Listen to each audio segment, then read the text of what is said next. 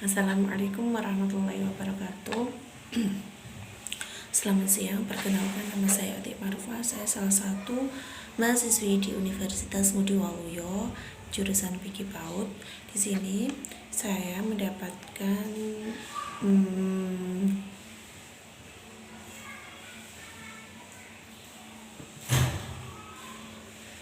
di sini saya akan mendapat tugas yaitu presentasi makalah dengan judul kelompok permasalahan keluarga. Mata kuliah adalah pembelajaran anak usia dini. Dosen penghapus saya adalah Ibu Siva Fauzia, SPD MPDI, SPDI MPDI, maaf ke. Terus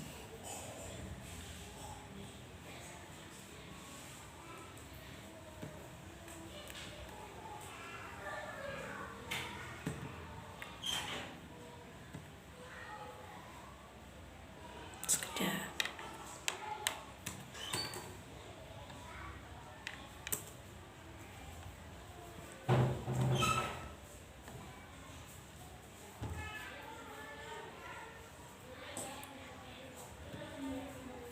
kelompok permasalahan keluarga. Pengertian problem keluarga. Problem keluarga artinya kehidupan keluarga dalam keadaan kacau, tidak teratur dan tidak terarah. Orang tua kehilangan kewibawaan untuk mengendalikan kehidupan anak-anaknya, terutama remaja. Mereka melawan orang tua dan terjadi pertengkaran terus-menerus antara ibu dengan bapak, terutama mengenai soal mendidik anak. Bahkan problem keluarga bisa membawa kepada perceraian suami istri. Dengan kata lain, problem keluarga adalah suatu kondisi yang sangat labil di keluarga di mana komunikasi dua arah dalam kondisi demokratis sudah tidak ada. Jika terjadi perceraian sebagai puncak dari problem yang berkepanjangan, maka di sini yang sangat dirugikan, yang sangat menderita, yang sangat rugi, yang sangat sedih adalah anak. Kalau orang tua mungkin orang tua bisa mencari pasangan lain atau bagaimana, tapi kalau anak di sini nggak bisa mencari orang tua lain. Dengan kata lain, orang tua adalah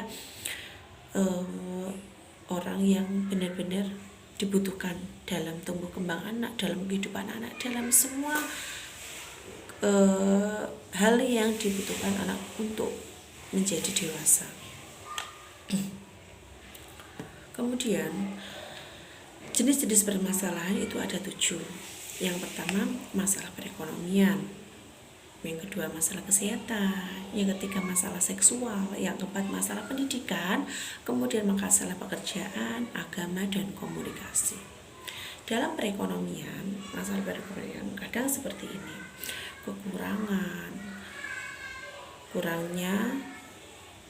Kurang syukur dengan pendapatan yang pemasukan kadang lebih besar daripada pengeluaran lebih besar daripada pemasukan. Itu bisa menjadi permasalahan kalau kita tidak mencari jalan keluar bersama-sama. Kemudian masalah kesehatan dalam arti laki-lakinya sakit atau perempuannya sakit, si ibu sakit, bapaknya sakit, itu juga menjadi permasalahan. Kemudian masalah seksual, kurang puasnya seorang laki-laki atau kurang puasnya seorang perempuan. Terus masalah pendidikan, kadang di sini laki-lakinya lebih tinggi. Kalau laki-lakinya lebih tinggi mungkin tidak terlalu menjadi masalah ya. Kadang perempuannya lebih tinggi dan laki-lakinya akan merasa kok lebih tinggi terus berani sama saya, seperti itu. Kemudian masalah agama itu sangat penting ya, apabila dalam sebuah keluarga itu dilaksanakan atau menikah dengan suami atau istri yang lain agama.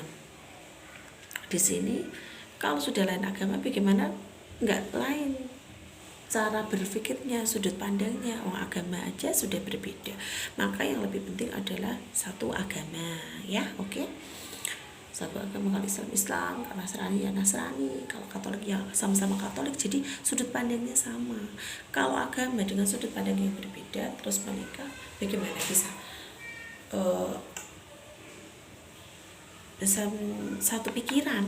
Kalau agama aja tidak, padahal agama itu adalah yang paling pokok. Kemudian adalah masalah komunikasi. Kalau masalah komunikasi itu kurang keterbukaan antara pasangan yang satu dengan yang lain. Kayak contohnya seperti HP gitu, kita chat dengan siapa, suami kita chat dengan siapa, si perempuan chat dengan siapa, pakai digembok, dikunci dengan tidak orang laki-laki yang tidak tahu sandinya, perempuan juga tidak tahu sandinya, itu juga tidak diperbolehkan. Bagaimanapun juga kita harus sejalan.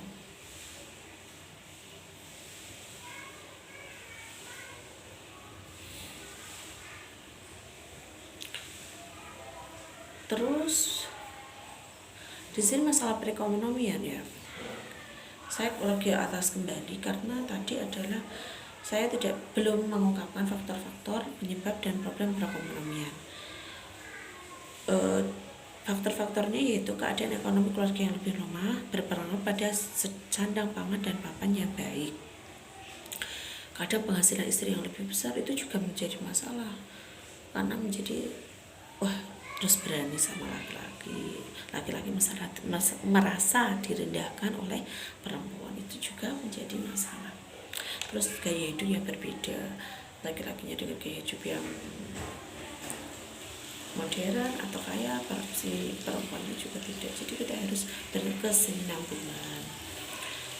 Terus kalau upayanya bagaimana cara, terus dengan keadaan yang perekonomian seperti itu, bagaimana caranya untuk bisa sejalan, yaitu dengan satu keterbukaan. Yang dilakukan untuk menghindari keuangan adalah bersikap terbuka, baik pasangan mencari uang atau hanya salah satu saja yang menghasilkan uang. Itu di sini harus ada keterbukaan satu dengan yang lain. Sebenarnya tidak ada apapun ya, kalau sudah berumah tangga itu tidak ada yang perlu disembunyikan.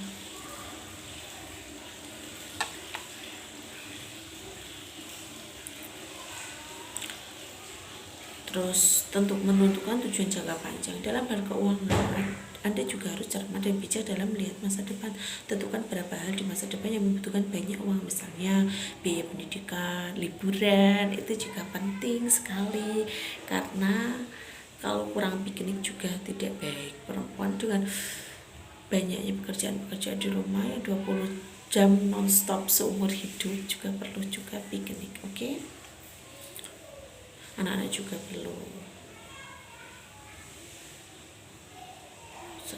Kalau tidak disingkirkan dulu, kalau saatnya tiba pasti akan kewalahan. Terus menabung, menyisihkan uang, bekerja sama mengatur keuangan, itu perlu dihandle berdua, nggak bisa pikir gini, harus dihandle berdua. Dalam arti seperti ini, kalau perempuannya menghandle, laki-laki harus ridho juga. Kalau laki-laki yang menghandle, perempuan juga. Seumpama seperti ini, ada dua kasus. Yang pertama adalah seorang laki-laki memberikan seluruh gajinya kepada seorang perempuan.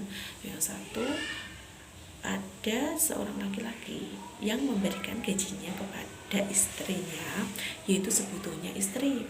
Contoh, satu minggu berapa? 450.000. Kemudian ada juga seorang laki-laki yang memberikan gajinya 1 juta kepada istrinya. Ini pokoknya kamu semua, silahkan. Istri diberi kepercayaan untuk mengelolanya. Itu juga sama-sama baik. Yang penting dua kubu itu saling menerima. Terus memiliki usaha sampingan. Jadi seperti kita kembali ke kewirausahaan, yaitu kita harus mempunyai pemasukan bulanan, mingguan, harian. Nah, itu juga perlu.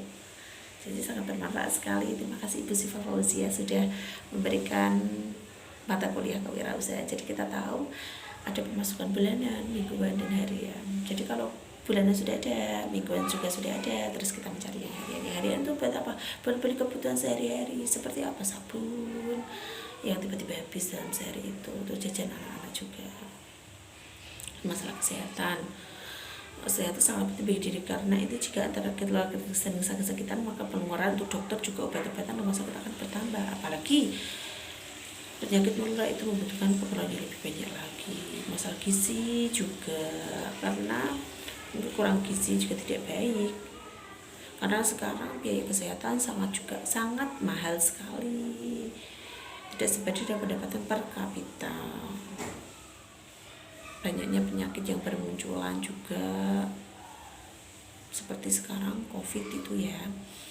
Jadi kita harus benar-benar menjaga diri, sering-sering mencuci tangan, akan lebih boros dengan yang namanya sabun cuci tangan, masker, jadi minyak kayu putih, hand sanitizer juga. Kita sekarang kan pendapatan di luar bulanan, dulu kita hanya sabun untuk 1 bulan, apa sekarang kita tambah masker dan hand sanitizer, itu juga harus kita pikirkan. Terus masalah seksual, faktornya kurang puas dan pelayanan dari pasangan, hubungan seks tidak dapat dikendalikan mengakibatkan pertambahan anggota keluarga. Upaya mengatasi problem seksual, komunikasi, pokoknya hilangkan rasa sungkan dan malu, bicarakan semua masalah seks yang Anda rasakan bersama pasangan, biar pasangan tahu problem seks yang sedang Anda alami, menahan emosi seks, ejakulasi dini atau tidak bisa menahan emosi seks ketika bersetubuh. Kebanyakan pria selalu ingin cepat ejakulasi. Terus 3, mengalami semua permasalahan terbawa ke tempat tidur.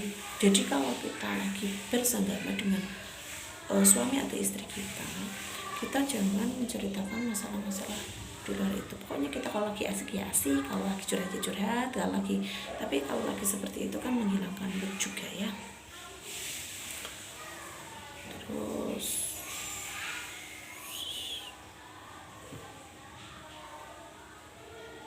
jadi jangan bawa masalah ke ranjang, oke? Terus berolahraga kesehatan dengan pola makan dan tetap berolahraga. Selain itu hindari minuman beralkohol secara berlebihan, itu wajib ya, apalagi itu sangat memabukkan dan sangat tidak sehat. Masalah pendidikan sering merupakan penyebab terjadinya problem di dalam keluarga. Jika pendidikan agak lumayan pada suami istri, maka wawasan tentang kehidupan keluarga dapat dipahami oleh mereka. Faktor-faktor penyebab problem pendidikan yang tidak seimbang antara suami dan istri berpengaruh pula segala keputusan yang akan diambil dalam keluarga. Pasangan yang sama-sama memiliki pendidikan yang rendah, upaya mengatasinya bagaimana, kemudian terus bagaimana masing-masing keluarga menerapkan diantaranya mengikuti wajib belajar 9 tahun, memprogram dan merencanakan pendidikan dengan baik untuk keluarganya, untuk anak-anak mau dibawa kemana harus saling berkomunikasi. Menyiapkan dana tabungan untuk pendidikan anak-anak, menyiapkan solusi jika mungkin pilihan pendidikan yang kita inginkan tidak tercapai gitu. Terus masalah pekerjaan ya, terus jumlah cari pekerjaan, persaingan dunia kerja dan usaha juga semakin tajam, menambah makin beratnya beban keluarga. Ada kala pasangan suami istri terpaksa bekerja serabut atau bekerja di luar kota, kemudian demi memperoleh penghasilan yang lebih. Faktornya orang tua sibuk dengan pekerjaannya, tidak punya pekerjaan atau baru di PHK. Upayanya bagaimana? Komunikasi antara dua keluarga masalah pekerjaan apa sangat satu di antara suami istri dapat mengerti dan memahami beban pekerja masing-masing. Sebelum kita memutuskan untuk menagih pasangan kita, pasti kita sudah melihat dari segi pekerjaan. Jadi saat kita sudah memutuskan untuk menikah pun berarti kita sudah menerima pekerjaan pasangan dan berjalan bersama memelihara dan mencintai pekerjaan pasangan kita. Jadi seumpama suami kita bekerja di luar kota, kita harus mengikutinya, kita harus mensupport, mendukung semua pekerjaan suami kita selagi halal. Kalau di dalam agama Islam seperti itu ya. Kemudian masalah agama sangat penting peranannya dalam membangun keluarga bahagia, terutama dalam hal menentukan arah keluarga. Pernikahan yang dibangun atas dasar keseagamaan terkadang sering bermasalah, apalagi dengan pernikahan yang beda agama. Nah, dan perbedaan agama ini muncul permasalahan dalam sebuah rumah tangga. Adalah perbedaan agama, problem suami istri jauh dari agama, hanya mementingkan materi duniawi semata-mata, tinggal menunggu kehancuran keluarga. Upayanya bagaimana? Luangkan waktu untuk selalu berintrospeksi diri, lebih memahami agama masing-masing pasangan sehingga tidak muncul permasalahan di antara pasangan. Berusaha selalu mendekatkan diri kepada Allah. Di sini kalau dalam agama Islam